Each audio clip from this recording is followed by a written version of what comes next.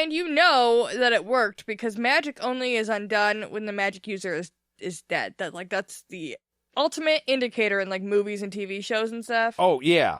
As soon as the bad guy's killed, all the people who are frozen get unfrozen. The castle turns back to daylight. Everything's great. In Batman, the giant poison ivy plant that's taken over the city goes away. Yeah. Mm-hmm. It's miraculous. It's universally known that that's how it works. You kill the magic user, the magic dies. Which is super convenient. I would think that a lot of magic users would try to have, like, permanent spells. Like, fuck you, kill me. It doesn't matter. You're fucked forever. Permanent curse. Permanent curse. That's how I would wizard. I don't know. You just had to... That's how I would wizard.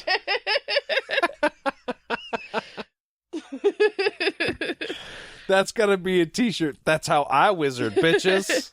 Fuck with you from behind the grave. I was super surprised that Ranson was so confident that he didn't even think to use air as a shield or to slow or stop the arrow. Like, we know so many different ways that you can use air at this point. Yeah. It's almost asinine that he was like, oh, she's got an arrow. I'm just gonna ignore that and, like, fuck with her externally instead of just being like, fuck your arrow. Boop. And knocking it out of the air.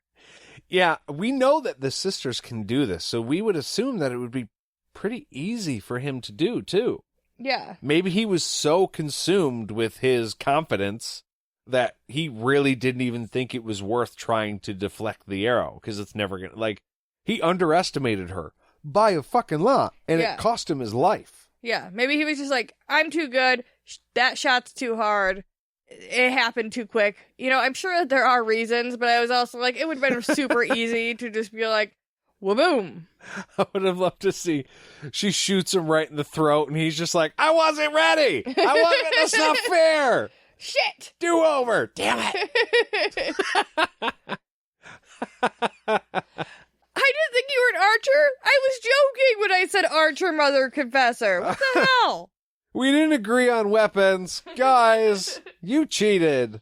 So, as he dies, so sweetly, Kahlan screams out, to the keeper with you, Neville Ranson. Fuck you, bird. Yeah, she's...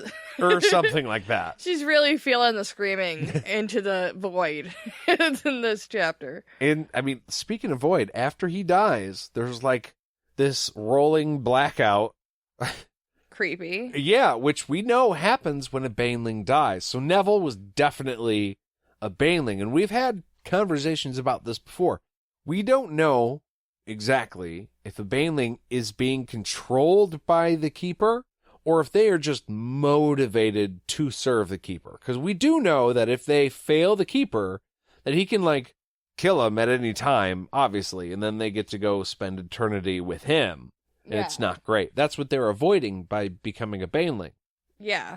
But we don't know if it's like, let me borrow your body for a little while. I'm going to go walk around like a Weekend at Bernie's situation. Or if it's more like, you want to do what I want you to do. Because if you don't do it, I'll fucking kill you. So or do if it just depends on the person. Like, some people are more willing. Like, some of the Sisters of the Dark and some other people maybe are forced. Oh, yeah, that could very well be. But then a guard comes at her from above right after the Keeper takes Neville Ranson, and she manages to yeet this dude right off the railing very spectacularly. Yeet.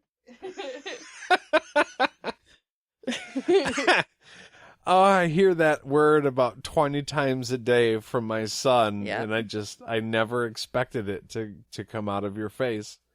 And now that it has, I'm kind of glad it did. I think it was a perfect word for what happened. Yeah. Oh, yes. It is perfect. She yeeted him hard. Yeah.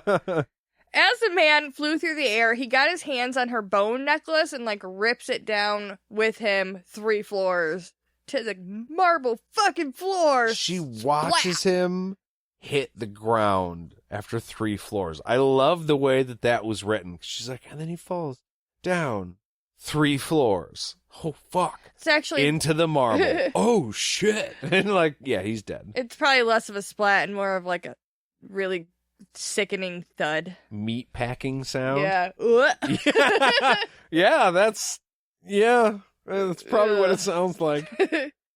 She started to go down to get the necklace before realizing how foolhardy this would be with more guards coming. Yeah, if you thought the risk of going to get the fucking blue dress and the knife was bad, this would be fucking dumb. Yeah, you know what? Cut your losses. You got the dress, you got the knife. 2 out of 3 ain't bad. I've heard it said. So, let go. And hey, Boundary's gone, so go far. yeah, it's fine. The good spirits hadn't helped her up till now, so she's not gonna go risk her life to go get this fucking piece of jewelry. It's fine. It's not worth it. She catches up with the others as they were getting to the outer doors. They headed south towards the woods because that was the quickest way to the woods. Like the forest was the closest to the palace towards the south. It was a calculated direction that they ran in. Yes. I guess is my point. They got to cover as fast as they could. That was a plan. Yes. And it makes sense because they are trying to hide, not fight. But I don't even think they make it to the woods before Jeb stops Kahlan in, like, the worst place possible. It seemed to me like they were still, like, in the driveway of the Confessor Palace. And she's just like, hey, we can't run away because Zed sent me here to, like, help you and Richard, so he needs your help. We can't go anywhere. Super glad we found this wide open spot so we could talk a minute. Right. Hey, so listen up. What was I going to say? Like right after a breakout from a jail, you're just like hanging out in front. Like, the alarms are blaring, the dogs are coming, I can hear them, guns. But, hey, can you remember while we run? Because we need to run. We gotta go. Let's go. Let's continue the running thing that we were doing. We can figure that out in a minute. It's really gonna be fine. So Kahlan says that, hey, I need Zed too. That's why I came here. That's why yes, exactly. And Jeb tells her that they need to stay in Aidendrill, and nobody will expect that. Which, I mean, okay, maybe not. But I don't see how it really makes much of a difference. She's wanted anywhere she goes. Yeah, and I think that you would send some people out to go look around, but eventually you'd probably be like, yeah, patrol around here, see if she stayed, because she may have just stayed. So Kahlan also realizes that she's not going to be as recognized without her hair, since most people didn't get up close and personal with her. They just saw her from a ways away with her dress and her hair. Yeah. And that's what they would stare at all the time, her hair. Right. And Jeb suggests renting rooms for them, and Kahlan likes that idea. They could pretend to be her servants. I was a little confused, because when Kahlan, Chan, and Orsk got to Aidendrill, apparently they walked up to the keep to see if Zed was there. Apparently they were not caught doing that. Like, that didn't look conspicuous. Nobody was like, hey, look at those people walking up there. So it seemed that they were able to do that sneakily enough. Right. Yeah. I mean, they didn't get caught. So I don't know why they wouldn't just go to the keep now and hang out there where nobody else can get in. Actually, I got a place that's pretty fucking giant. You might have seen it. It's as big as the palace just up the hill there. So I'm just going to stay in my literal childhood home. And I killed the only person who maybe possibly could get in there besides us and Zed. I just killed him. So it's perfectly safe to do it too. 100% safe. Except for that one exposed entryway that we know of. Yeah. Where just anybody can walk in. Actually, we had a comment about that on Facebook. I think it was Jenna saying something about how they had to leave at least one entrance unguarded so it was balanced, and not magically guarded. But she still didn't understand why they didn't have an actual guard there. Right, because, I mean, that would make sense. Yes. Maybe it's just scary. They don't want to be by the magic building. They're like, nah, I mean, we'll be on the other side of the bridge. That's fine. Al says we find out later, and I'm sure we do. I don't remember. This is why we're rereading these books. Yeah. But so we're learning too. Yes. But yeah, it would have made more sense to me if they would have gone and hid in the super secret, secure place. But okay, let's go play pretend in the city where it's way more likely for us to get caught. Sounds great. I mean, it's more dramatic, right? Yeah. It's scarier. Well, Jeb says she could never pretend that she was the lady and Kahlan was her servant, because Kahlan is a true lady. Well, fucking pretend, because we're being hunted, so fucking pretend. Yeah, it's happening. Guess what? You're an actress now. Congratulations. Here's an Emmy. We skipped all that. Do it. Just do it. I don't care if you're not comfortable. Kahlan's speech is a little bit more motivational than the one you just gave.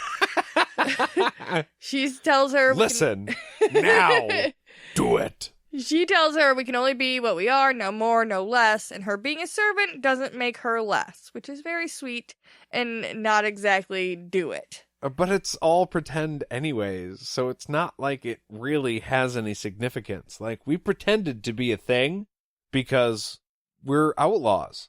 No, but I think the idea is just her having to tell Kahlan in front of other people what to do. Like, she knows deep down it would be fucked for her to tell Kahlan to do that in real life. Well, yeah, but that's the beauty of pretend.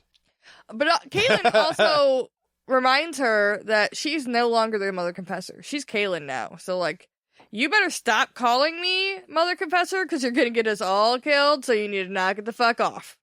Kahlan has essentially sung Take This Job and Shove It, drunken style karaoke. Oh. At the local bar. She has quit her job and she wants everybody to know. Well, they can all know, but not know where she's going. Right. Yes. I always really enjoy people who sing that song on karaoke night because they are always the most wasted people. And they just quit their job and they're feeling either great or awful, but they are always just 10 out of 10 hammered. And they're like, you know what? I'm going to sing.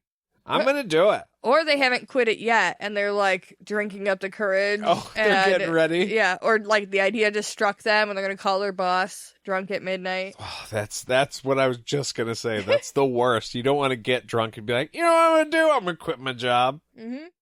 I mean, but Kahlan does have good reason. So I guess you can't really take that from her. No. That is an official position. Now, she is a magical... It's weird saying she's a magical creature because she's human. So she has the gift. She is magic. Magical. Magical. The position of Mother Confessor is one of a political nature or like governmental. That's the way that their society runs. Yes. Where they kind of oversee shit. But she doesn't necessarily have to fulfill that role legally. She still has the ability she has, and she can use that anywhere she wants to. Or needs to, for that matter. Oh, yeah, like she's not under contract to only use her power in a certain way. Is that what you mean? Right, yeah. She was raised to do the job that she's meant to do, and whether or not she's doing that unofficial business for the government doesn't really matter. It's just that she has the ability. Okay, She can get the truth, and she can use her ability when and where she sees fit. Yeah. I agree. Yes, I agree. I guess I just mean that she doesn't stop being a confessor just because she's not the Mother Confessor anymore. Like, there's only one left anyway. So she can just be Kahlan. Yes. Yes. Which is what she wants. Yes. She can, like, fade into anonymity and just be a regular chick who can suck people's lives out. Yeah. Yes, all of that. So Jeb says that she will do her best, but they just need to wait for Zed. Then she asks where Richard is, because, you know, he's the important one. He's got to be here. Yeah. The one Zed and everyone else needs. Kahlan says that is why she needs Zed.